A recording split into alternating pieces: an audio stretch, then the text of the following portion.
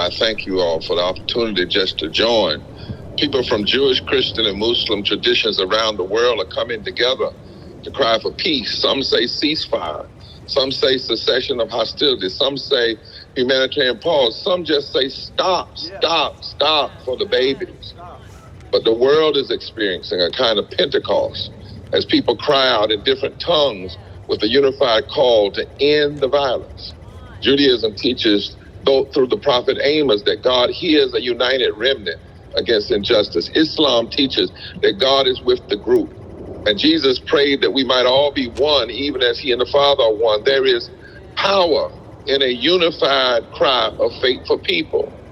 Our faith traditions share moral convictions that ground us in this moment. We believe that every human being is created in the image of God. Both the Talmud and the Islamic teachings say that.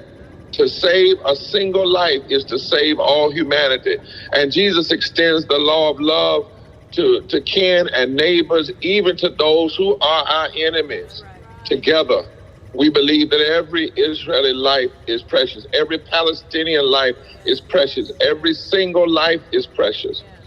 We also share the conviction that vengeance belongs to the Lord, and our traditions share a commitment to justice, especially to those who are weak and vulnerable in the world.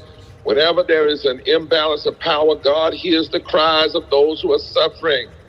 While people are oppressed, people have a right, a God-given right to liberation and justice.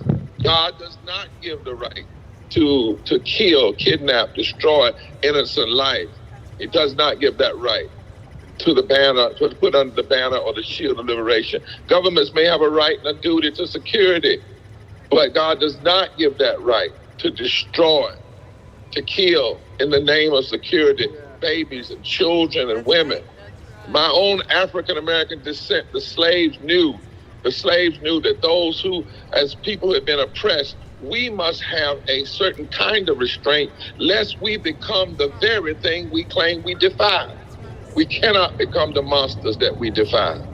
No government knows enough to become the ultimate arbitrator of justice. And finally, because of these shared convictions and our knowledge that a threefold cord is not easily broken, we must join our voices with Jews and Christians and Muslims around the world who are calling for a ceasefire in Gaza and the safe return of all hostages and civilian prisoners, and to stop the killing. Jews in Israel who are standing up to the Netanyahu government, of those Palestinians in Gaza who are standing up to Hamas and saying, no, you do not represent us with this kind of violence. No, we will not stand by and allow unjust war tactics, killing of babies and women and children and making people shields. No.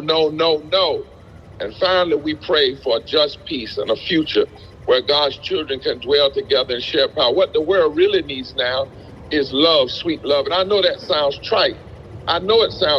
But what we cannot afford, we cannot be afraid to speak of love, even against the vicious power of war and evil. It is not weak or sentimental. It is the only hope. Love for Palestinians, love for Jews, love for those who face Islamophobia, love for those who face anti-Semitism, love for those who face racism and classism and homophobia and are poor, love for those who are made in the image of God. We must ask of every policy, is it rooted in love? If it's not rooted in love, then with truth rooted in love, we must challenge it.